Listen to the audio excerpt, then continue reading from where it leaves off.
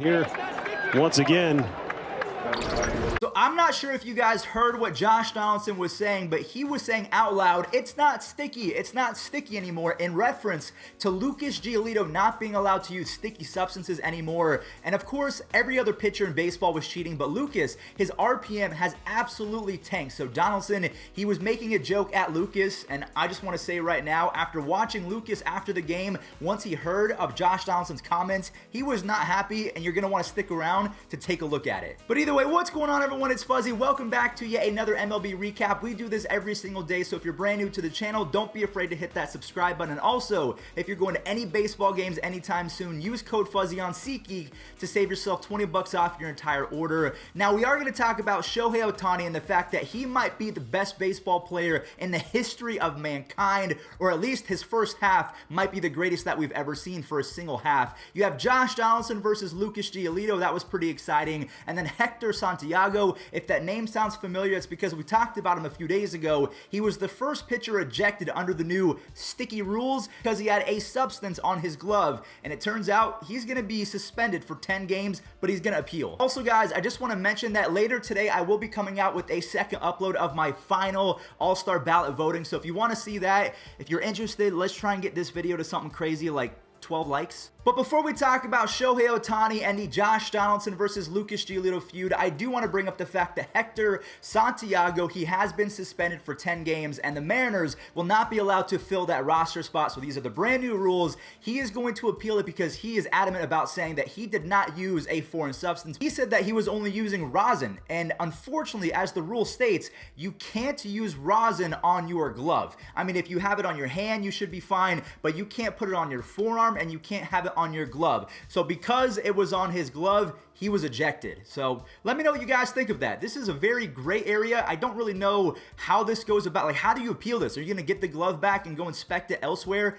How do you win that? Gary Sanchez was robbed of being an All-Star Game finalist. I will say that until the voting is over. He smacks homer number 14 yesterday. He now has a 131 OPS plus on the season. He is playing like prime Gary Sanchez out of nowhere. You have DJ LeMahieu and Aaron Judge doing their things yesterday. Judge now has 18 home runs and an almost 150 OPS plus. So MVP Judge, he's kind of back, but he's not going to win MVP because Shohei and Vlad have just been so much better. Ohtani hits number 27. And then you have Miguel Andujar, who is having a pretty good month of June. He starts a 5-run rally in the 4th inning for the Yankees, and then Ohtani, he does it yet again. He hits a pitch that was almost at his eyebrows for home run number 28. He is now 2 ahead of Vladimir Guerrero Jr., and he has a 175 OPS plus, and he pitches tonight. I cannot wait to watch that. I am so excited. Nestor Cortez, I want to tip my cap. He has been a secret weapon for the Yankees. And you have Andujar driving in yet another RBI, so he has a 284 batting average with 5 home runs and an almost 840 OPS in the month of June. Good for him. Kind of have a mini battle of the 2018 Rookie of the Year candidates between Shohei and Miguel Andujar. Marcus Simeon has been a monster for the Blue Jays. I kind of feel bad for A's fans because they have to use Elvis Andrus, as Marcus Simeon drives in 2 RBIs on a double, and Ty France, he hits another ball to France, and he ties up the ball game 3-3 in the 6th to ruin a 10 strikeout performance by Robbie Ray. Ray was still pretty good. He had 1 bad pitch. Bichette hits homer number 15. In his first 152 big league games, Bo Bichette has 188 base hits, 31 home runs, 20 stolen bases, and an almost 7 WAR. He has been insane. You have Marcus hitting number 19 on the season. He's almost up to a 4 WAR in less than 80 games. Toronto Blue Jays have now won 3 games in a row, yet the Red Sox keep on winning, so they're still 6.5 games back because the Red Sox, yeah, they're not stopping anytime soon, and they're only going to get better in my opinion because they're going to call up Jarren Duran at some point. Speaking of the Red Sox, Whit Merrifield hit a very pesky home run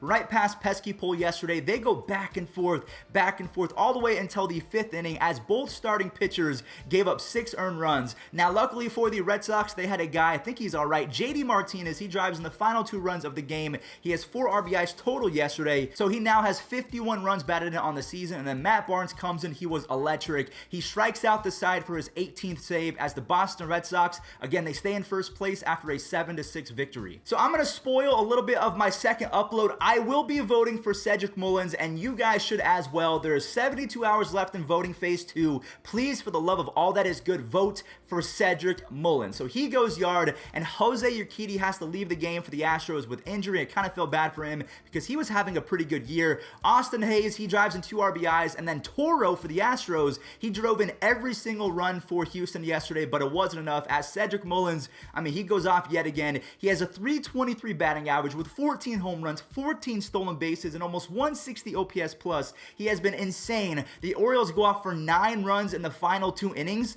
The Astros have lost 3 games in a row. We've talked a lot about Shohei Ohtani, and we've talked a lot about Kyle Schwarber, and rightfully so, because Schwarber did it again, this time versus a lefty. His 16th home run of the month of June. There's still 1 day left today. Hopefully he goes for number 17. Juan Soto follows that up with an absolute missile of a home run, and then Victor Robles goes yard as well. Rich Hill, he was not happy yesterday. He was throwing things and cursing like crazy. Joe Ross of the Nationals strikes out 7 in just under 7 innings, and then Mike Zunino, he hits home run number 17 as Brad Hand. He struggled, but he did end up with his 18th save of the year. I just want to mention, though, that Brad Hand, his strikeouts are down, his walks are up, and he has a 4.13 FIP.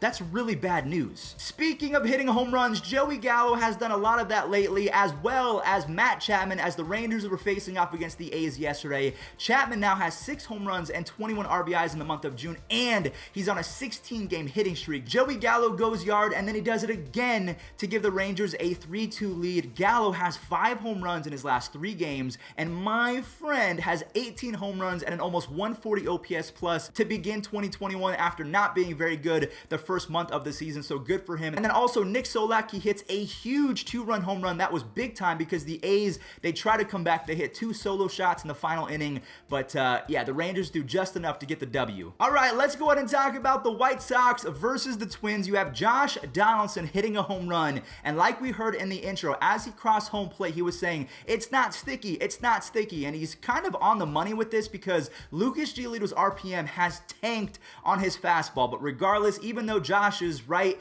so is Lucas Giolito by saying this. He's a pest. You know, that's kind of a classless move. If you're going to talk to my face. We won. The W's next to my name. They're in last place.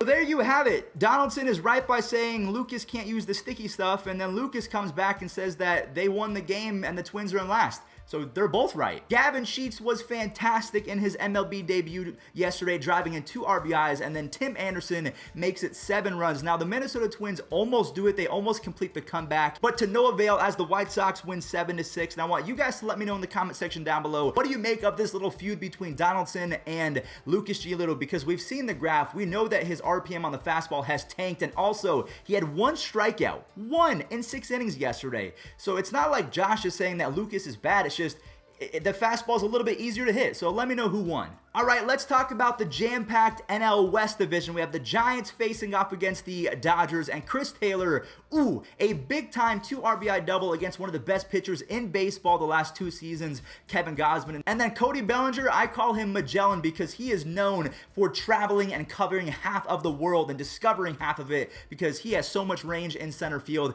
And then Tauchman answers back with a pretty cool web gem over in right field. Max Muncy, does he know that Father's Day has passed? Because he has become the Giants' daddy. He has 7 home runs in 8 games this year against San Francisco. Buehler was electric, going 6 1/3 innings, only allowing 1 earned run on 7 strikeouts. And then Jansen gets his 20th save of the year. LA is on a 5-game winning streak, and they're only 1.5 games back of first place, and I think that they're going to get there. Not saying that the Giants are bad or anything, but I truly believe that the Dodgers are just better as a team. The San Diego Padres faced off against the Reds yesterday. This was a very entertaining game as Jake Cronenworth hits an RBI triple. Then you have Manny Machado and Tommy Pham combining for a few sacrifice flies. And then Tommy Pham, this was not a sac fly. He goes 390 the other way. He's up to a 337 batting average with 6 home runs and 6 stolen bases in the month of June, so good for him. And then Grisham with this clutch RBI. This was much needed for the Padres, as Winker with this crazy auto bat flip. Like, as soon as he hit the ball, he was bat flipping. This was a lot of fun to watch. So even though the Padres left the bases loaded 4 separate times, Mark Melancon, he gets save number 25. He loaded lowers his ERA to 1.8, and the Padres win 5-4. The best pitching performance from yesterday easily goes to German Marquez of the Rockies as they shut out the Pirates. Josh Fuentes, his defense helps out in the first few innings. Then you have Garrett Hampson and then Fuentes coming in huge with the bat, making it 2-0. And then Elias Diaz goes 451. I mean, that was a moonshot. And then Trevor Story and then the starting pitcher, German Marquez, they drive in some RBIs on 2 different doubles. Story, he turns off gravity for a second. He jumps up in the air. He grabs this, and German Marquez goes 8 no-hit innings. Unfortunately, it was ruined on the first hitter of the 9th. So he ends up going 9 innings of shutout baseball on 92 pitches. That is what they call a Greg Maddux, a complete game shutout with under 100 pitches. German Marquez, one of the most underrated players in all of baseball, and hopefully he gets traded soon. The Phillies and the Mets both won by a score of 4-3, but let's talk about the Phillies first and foremost.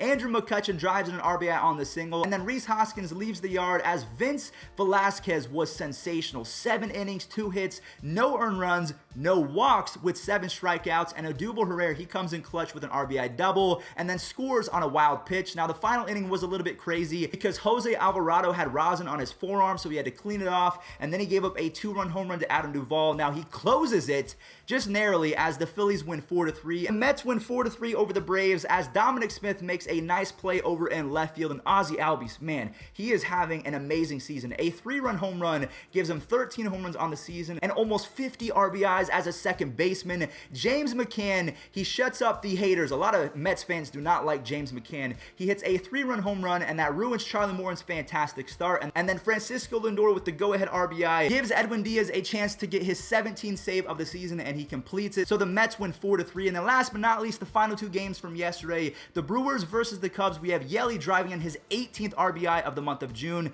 He is heating up. Patrick Wisdom, he ties it up, and then Jace Peterson of the Brewers, he hits a go-ahead double as Brandon Woodruff was really good yesterday. 1 earned run and 8 strikeouts in 6 innings. And then Cousins, he gets out of a bases-loaded jam in the 7th or the 8th inning, something crazy like that. And Josh Hader, he gets his 20th save of the year on a crazy finish. I thought that the replay was going to reverse this, but Milwaukee, they have now won 7 games in a row, and they're 5 games ahead of anyone. And then last but not least, Nolan Arnado hits home run number 16 of the season. He has 52 RBIs and a 137 OPS plus. Enough of this Coors Field nonsense. He has been so good to begin this year. And then he does what Nolan Arnado does by playing a fantastic third base. Both starting pitchers combined to only allow 3 earned runs with 14 strikeouts in 11 innings, so they were both pretty good. And then Tommy Edman drives in the game-winning RBI as Alex Reyes turns in a 2-inning save for number 19 on the season. All right, everyone, well, that does it for today's MLB recap. Don't forget to subscribe as we're going to be coming out with a second upload later today.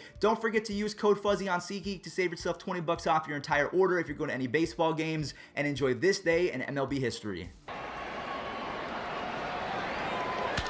To the right side, and there it is. Eddie Murray is the 20th man to get 3,000 hits in the major leagues.